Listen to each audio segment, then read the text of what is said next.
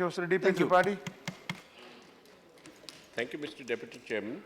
While agreeing broadly with the statement of the Honorable Law Minister, since many distinguished members who are distinguished lawyers, beginning from Mr. Vivek Tankha to Satish Mishra ji, and Rajiv Shukla, Bhupendra Yadav, and D. Raja have made the points that I wanted to make, I would not repeat them. I would begin my questions with a few lines of a very popular Hindi poet who describes the Indian judicial system.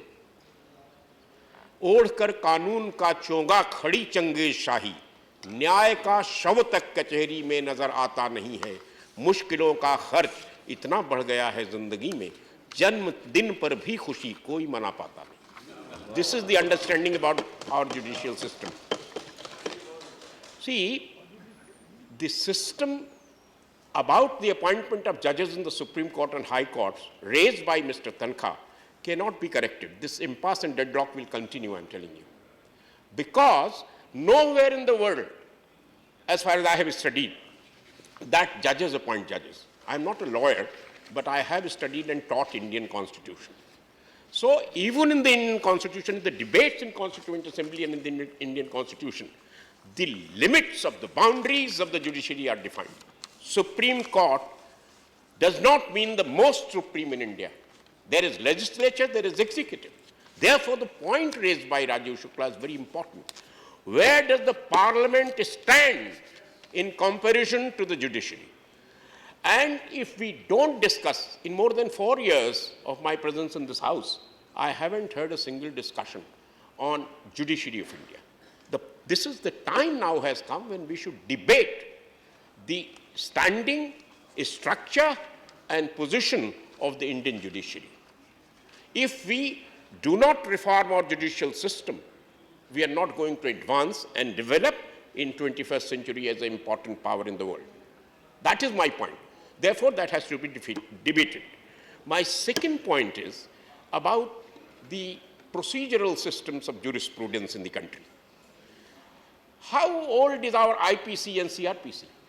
We have not changed it substantially according to the changing times. Therefore, it is not merely the appointment. Even the execution of justice, delivery of justice is not possible without changing our structural jurisprudence procedures and systems, penal system, according to the changing times. My third point for the consideration of the Honorable Law Minister is that why can't, like other countries, our parliament debate on the recommendations of the collegium system? Why it cannot debate? You have recommended us, all right. Let us debate. And then the executive decides which recommendations to accept and not to accept.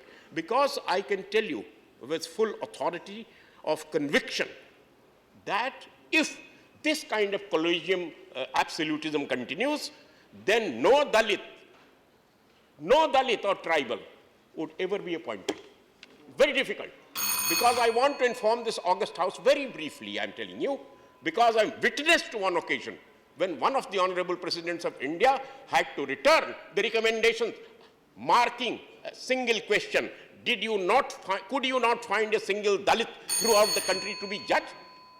That was returned. Then, of course, it came, a Dalit was found somewhere in a high court in South India. Last point is, as a Hindi poet has said, about the functioning of our judicial system. Sir, this is my last sentence. Hindi poet sentence. जिंदगी दीवानी मुकदमे की तरह चल रही है और फौजदारी मुकदमे की तरह सो रही है. Okay.